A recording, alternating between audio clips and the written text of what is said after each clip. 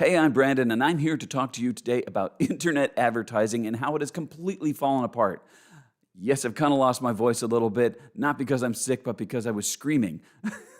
Not at advertising, but maybe I should be because advertising has turned into an absolute dumpster fire on the internet. Now, I was around when we first kind of started getting the internet to be a thing, and the idea was this exchange of free content on the internet in exchange for paid advertisers who got to put some ads in front of you. The unwritten rule here was that the ads would be kind of unobtrusive, they'd be present, you'd see them, and they might possibly be relevant to you. You might click on them. That's the idea. Well, that fell right apart right out the bat because they started saying that, oh, we can do pop-ups, and now we broke the basic exchange. You no longer get the content because we're going to block you and make sure you can't get the content. The whole exchange fell apart. People had to start putting pop-up blockers into place. And then they said, well, now you're not paying attention to the ads, so we're going to make them obtrusive to distract you and make sure you don't see the content. Okay, that started to get to kind of be pushed to the side. They didn't get away with it quite as much. And then they started doing stuff that is downright misleading. They still do. Ads right now are misleading. They're offensive. They might, in fact, click through to spam, viruses, scams, something to steal from you. And they are not the least bit relevant to you. Now, there is no excuse, there is no way for you to convince me as an end user, as a consumer, that it is my, duty or expectation to engage with content that might be wanting to rob me. You can't make that argument. I was just watching a YouTuber over here, and they're doing some stream, and they've got, oh my God, there's ads all over. I have ad blockers, sorry, not sorry.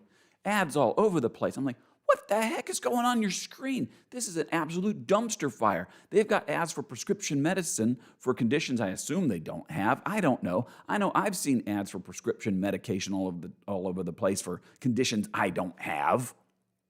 And Google and the ad servers know I don't have the conditions. That, my friends, is the real kick in the pants, is that big data is scooping up all this information on you, and they don't even bother using it. All they do is sell your profile to somebody else who, in turn, doesn't use it.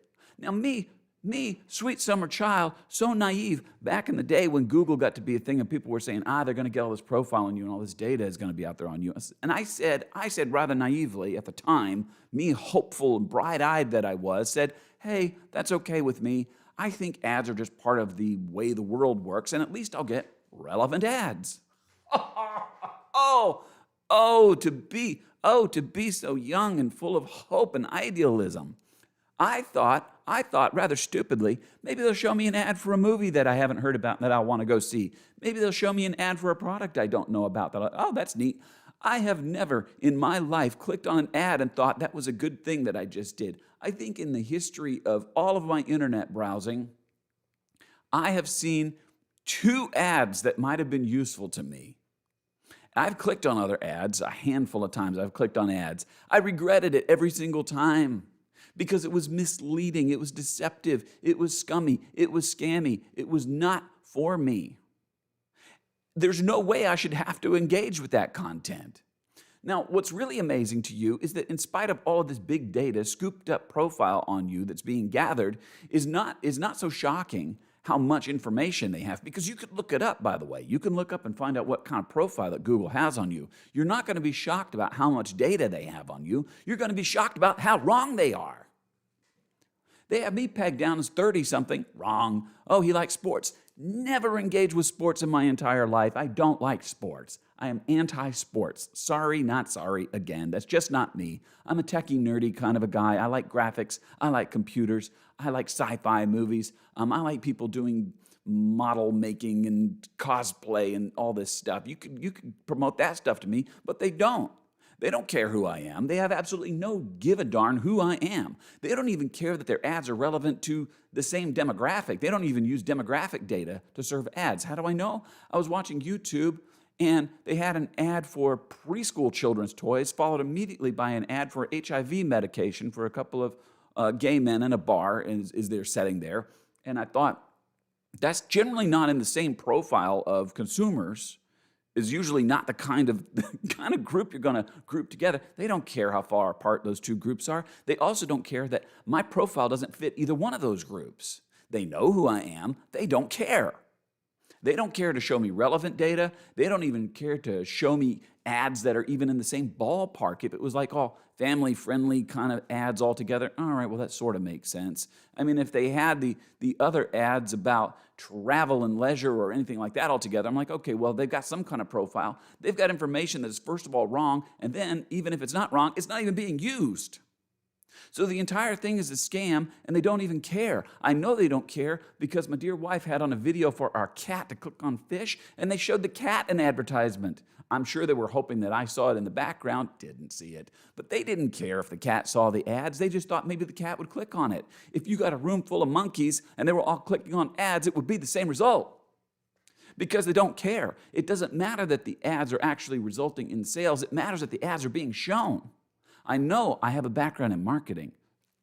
Sorry about that one, for real. That's not a sorry, not sorry. That's a sorry, I am sorry. I do have a background in marketing, and I know it's a numbers game.